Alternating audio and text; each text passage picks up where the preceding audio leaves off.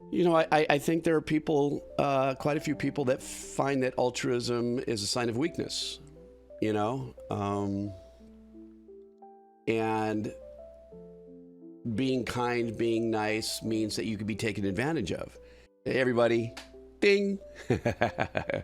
Good morning. Got my cup of coffee. Want to talk to you about a word called altruism. Altruism is the act of doing something for somebody else without expecting something in return. And on paper, that sounds fantastic, but there's something about that. And I'm only going to be, obviously, I'm coming just from my experience, right? Where I have an addiction to watching people smile and having a nanosecond of opportunity to be a part of somebody's life just by being kind. And for me, what the reward is truly, it's not an expectation, but what the reward is that I know that for just that nanosecond of time, whether I had said something or offered something, that I was able to participate in a moment that made that individual step away from whatever energy they were in that moment and get something cool or kind or positive out of it, truly just positive. I have no expectation that that person will respond with a smile or with that particular that particular look in the eyes. And then there's times where if I've done something, said something in any way, and I don't get that response, I'll have to admit probably 20% of the time I'm like, bruh, are you okay? And then so when it says, when the word altruism in the definition is that you do something for somebody and not expect anything back, there's that thing where if you really define the word expectation, I expect if then that. It's life's algebra. I think expectation is life's algebra. If this, then that. But I think there's a little bit of what I do that it's not an expectation, but as an empath, I think, too, self-diagnosed as an empath, there's a part of me that maybe, if I get that little essence, not quite butthurt, but of like, quoi? Is there anybody in there? I've come to realize what I love about the human species is that we are all so different, that kindness doesn't necessarily, is not necessarily reciprocated with any kind of particular, response, a smile or a gesture of connectivity, if you would, for that half a second. Then what ends up happening for me, though, what's a real trip, is through my life of being just who I am. It's just full stop, The only other thing that I kind of wrestle with, a couple things I wrestle with a little bit, is why am I that way? What is, without getting too overthinky, because already people are going, bro, you're just overthinking it. Just be you. But when I sit there and I just kind of contemplate a little bit, I'm like, well, why am I that person? Am I trying to find some kind of happiness out of somebody else's happiness that I pull from or connect with because I'm not happy? And so see, if I let that, crop circles, in a carpet take over, and I'm pacing and I'm talking to myself going, why am I like that? And the other thing is, and I think this is probably a little bit of social programming, is, and I don't know if it's me talking within myself, trying to work something out. You see, I'm going there, is what's the hidden agenda? Why am I being nice? But they see this is the story that I'm weaving in my head, or the thought process of questioning that just lives here in my head. I think there are people, quite a few people that find that altruism is a sign of weakness,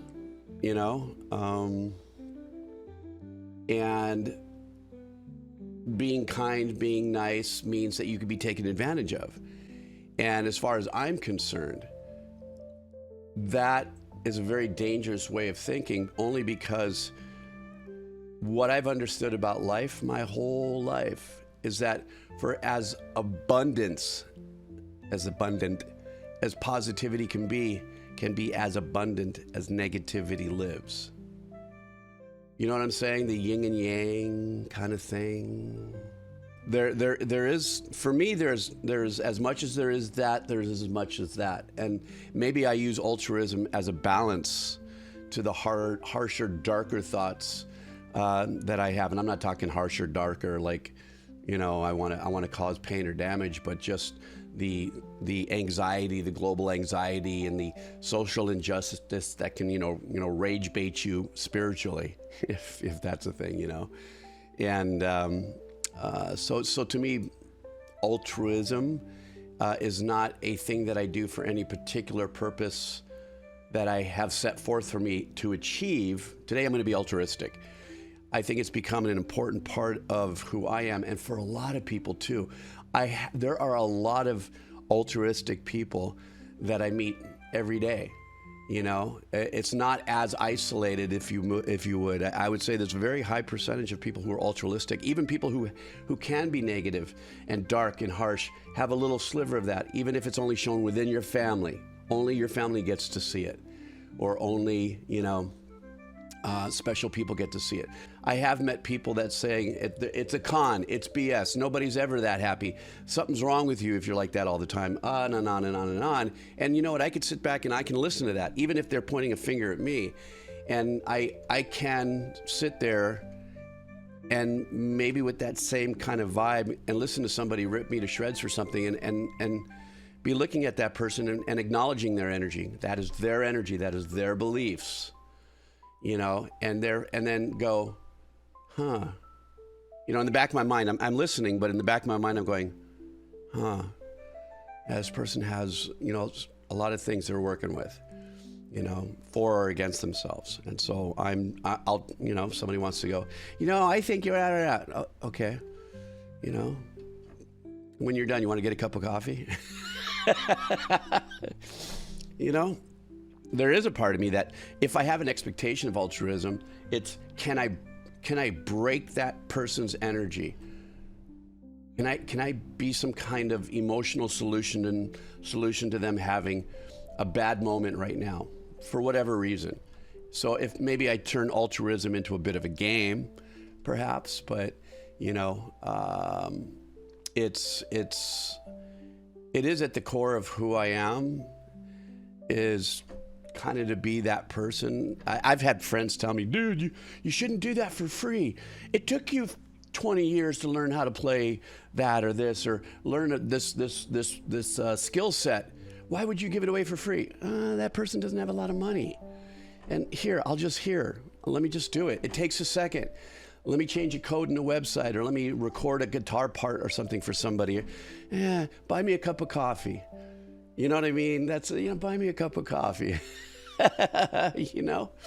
Because sometimes it's not about what can I get. And so some of my friends think that I'm an abject financial failure. Like, you could be, you know, if you would just give yourself more respect as a professional, you could be. And in the meantime, I could be sitting here all by myself with a wonderful cup of coffee, not half a mile from a beach. You know, that's my chill zone. When people do that, I go, well, I'm already where I need to be. You know, for me, in my little tiny world, you know, I'm already where I need to be. So my cup is full of where it is I need to be. You know what I'm saying? So I got time to go, hey, what do you need? What's up? This was a ramble about joy and just doing things, you know, for fun, you know, without wanting or having any expectations, I think. You guys have an epic, you guys have an epic rest of your day. Remember, always count the wins. They start the second you wake up. Trust me, they start the second you wake up. Have a great day. See ya.